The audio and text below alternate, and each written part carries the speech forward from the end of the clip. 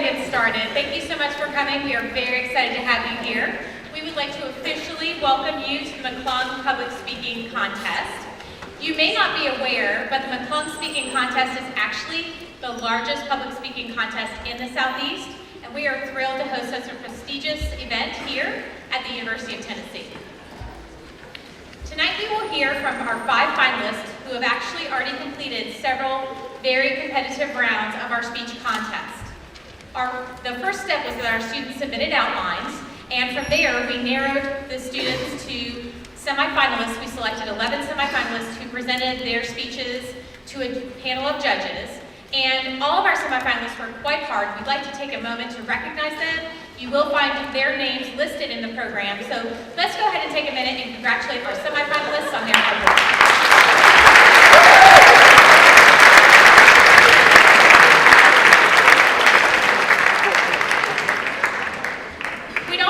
Take a minute to thank some of the folks that have helped make this possible. We'd like to thank Dr. Virginia Kupritz, who is our interim department chair. She's been very supportive throughout the process.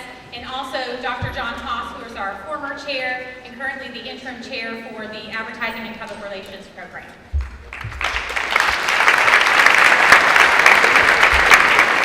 And now I'd like to introduce Sarah Burnley, who serves as my co-chair for this evening's event.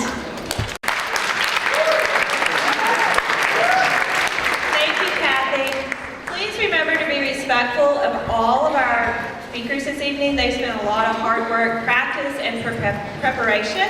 So we want to be a very enthusiastic and supportive audience. Also, on that note, please silence your cell phones at this time. Just make sure they are on silent or off.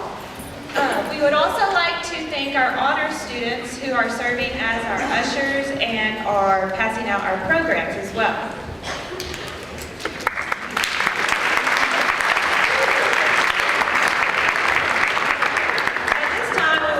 Include and introduce our additional committee members.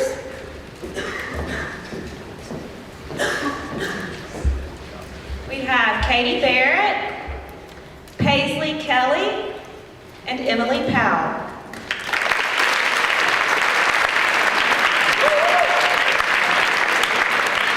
Let's get started.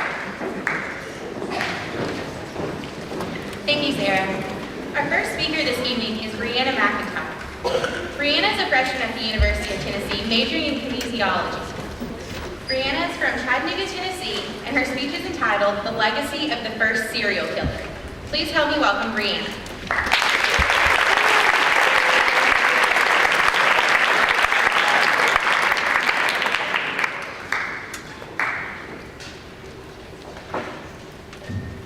Names like Ted Bundy and Jeffrey Dahmer resonate with people instantly. But not many people get to hear about the crimes of a man who's widely considered to be the first known serial killer in our history. Today, I want to talk to you all about the Whitechapel murders that occurred in the East End of London in 1888. These were the murders of at least 5 women by a man who came to be known as Jack the Ripper. Looking at this first instance of globally publicized serial killing will give us an insight into society's fascination with these crimes. I chose this topic because, like many people, I frequently watch shows like Criminal Minds, and after hearing numerous references to Jack the Ripper, I wanted to understand how someone could remain so infamous even over a century after their crimes have been committed. The 3 consequences of the Whitechapel murders of 1888 were the alteration of media response to homicide, the magnification of deplorable conditions in the area of Whitechapel, and the solidification of Jack the Ripper's notoriety in modern society.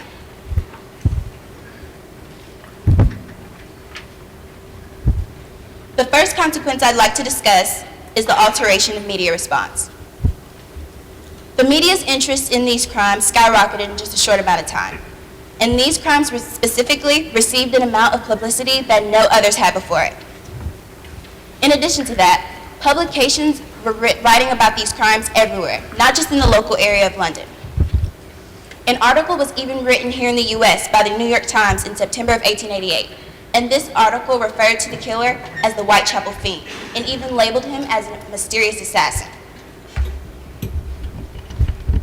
Journalists went to great lengths to keep their audiences interested, and this meant intensifying the goriness of their reporting. An article published by the Yale University Press stated that the newspapers even began reporting on the injuries of the victims in an almost pornographic-like manner. Not only this, but journalists were also known for perpetuating social tensions within the area. And they did this many ways. They did this by reporting controversial theories about the suspect's identity, to even going so far to fabricate theories of their own. What's worse, journalists were even suspected of forging letters to law enforcement. And one letter in particular, known as the Dear Boss letter, gained a significant amount of attention. According to a 2011 article in History by the Yard, the letter gained the public's attention so much so that it increased society's fear twofold. Now that we've looked at the media's reaction to the murders, let's look at how the murders magnified deplorable conditions in the area of Whitechapel. The East End was always separate from the more richer upscale area of West End, and it was commonly characterized as crime-ridden and often destitute. But after the murders, the poor conditions were put to the forefront, and they were even cited as a primary cause for the crimes. The murders themselves increased social tension significantly, and this was largely due to the fact that law enforcement didn't know who was responsible for the murders, nor could they really do anything to stop them. Many theories about the suspect's identity stemmed around pegging him as either a Jewish immigrant or a wealthy West End citizen preying on the poor. A 2013 University of Warwick article stated that anti-Semitic attitudes perpetuated an already high-tense situation, and social reform was used as a tool to make sure that the poor class didn't act on these tensions. So, after seeing the media's response and the ensuing attention to poor economic conditions, let's finally look at the solidification of Jack the Ripper's notoriety in our own society today. Jack the Ripper continues to be a modern source of entertainment. In 2003, Casebook.org, a website for all things Jack the Ripper, stated that there are over 114 books alone written on the topic, and that's not counting video games, periodicals, and even documentaries about him and his crimes. According to a 2013 article written by the World Post, these crimes are even periodically reopened, as there's always new investigators who believe that they have what it takes to crack the case. In addition to that, there's even an area of study known as ripperology. And as we can see, experts and enthusiasts alike still analyze these crimes today. And they clearly had consequences within the time of these women's murders. But we can also see how these crimes had consequences within ours. To recap, these consequences of the Whitechapel murders of 1888 were the alteration of media's response to homicide, the magnification of poor economic conditions in the area of Whitechapel, and the solidification of Jack the Ripper's popularity in modern society. To leave you all with a final word, I'd like to share a quote from L. Perry Curtis Jr., a journalist with the Yale University Press.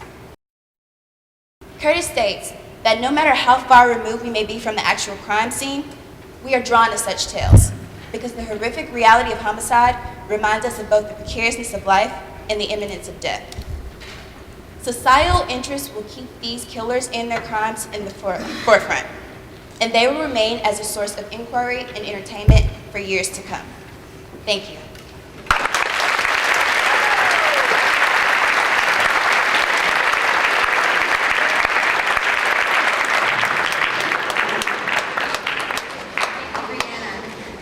Throughout the evening, we will have some commercial breaks in order to inform you about some of our campus events and happenings. So our first guest tonight is Doug Reynolds, who is the Assistant Director of UT Student Success Program. Please help me welcome Mr. Doug Reynolds.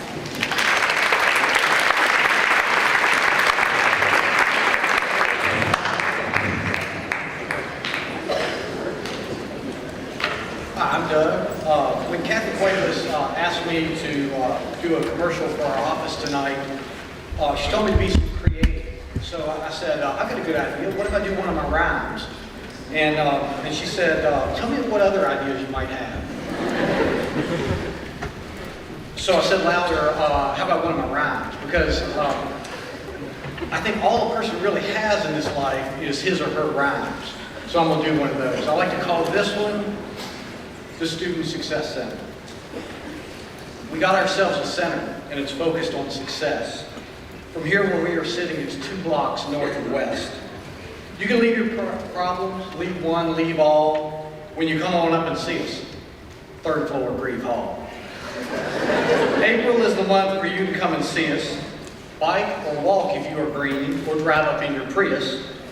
Tutoring and coaching and supplemental instruction. Can it help your grades? Does UT have construction?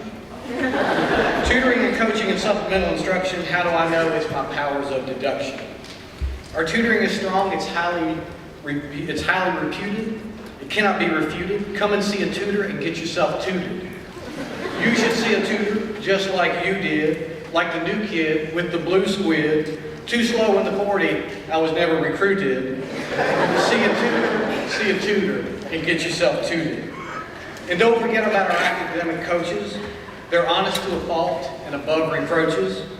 They can help you in your classes with fresh approaches. More cowbell is my diagnosis. Say goodbye to bad grades, buenas noches. You got to come see one of our academic coaches. It all takes place in the Student Success Center, where everything is hot after such a cold winter. Own the home, don't be a renter. The wheel doesn't need a reinventor. Grieve Hall, 3rd floor, the Student Success Center, or Google Student Success UTK and just press enter.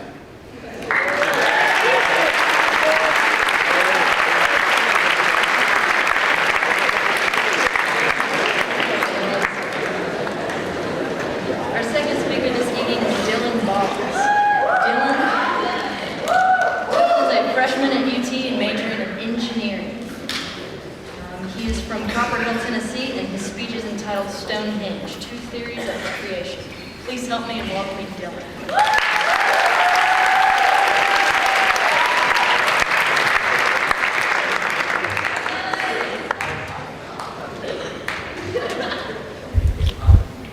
In Wiltshire, England, there's a massive monument of stones that was placed there in prehistoric times. But the reason why they were placed there is still largely unknown. Hello everyone, my name is Dylan Boggs and I've always been fascinated by ancient ruins. I've always enjoyed watching History Channel specials over them, and one reason I'm specifically interested in Stonehenge is that one of my former teachers took a trip there and brought back some photos and shared some very interesting information with us. I feel that Stonehenge should be an interest to us all because it's an ancient wonder of the world and one in which knowing about could really enrich our history and our culture. Today I'm going to tell you 2 theories of why Stonehenge was created, one being as an astronomical observatory and the other as an ancient burial ground. First, let's talk about the astronomical observatory theory. As Gerald Hawkins states in his 1965 book, Stonehenge Decoded, Stonehenge has much relevance with sun and moon positions.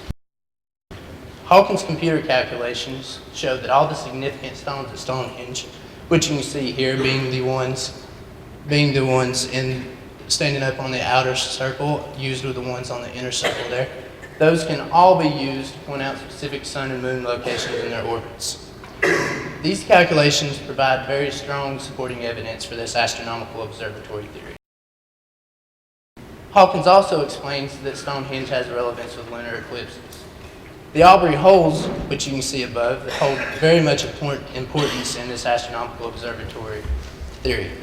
These pits are said to be 0.75 meters deep and 1.06 meters in diameter. There are 56 of them that surround Stonehenge in a circle. Normally you would see the stones standing right here in the center, so they completely encircle the whole area of Stonehenge.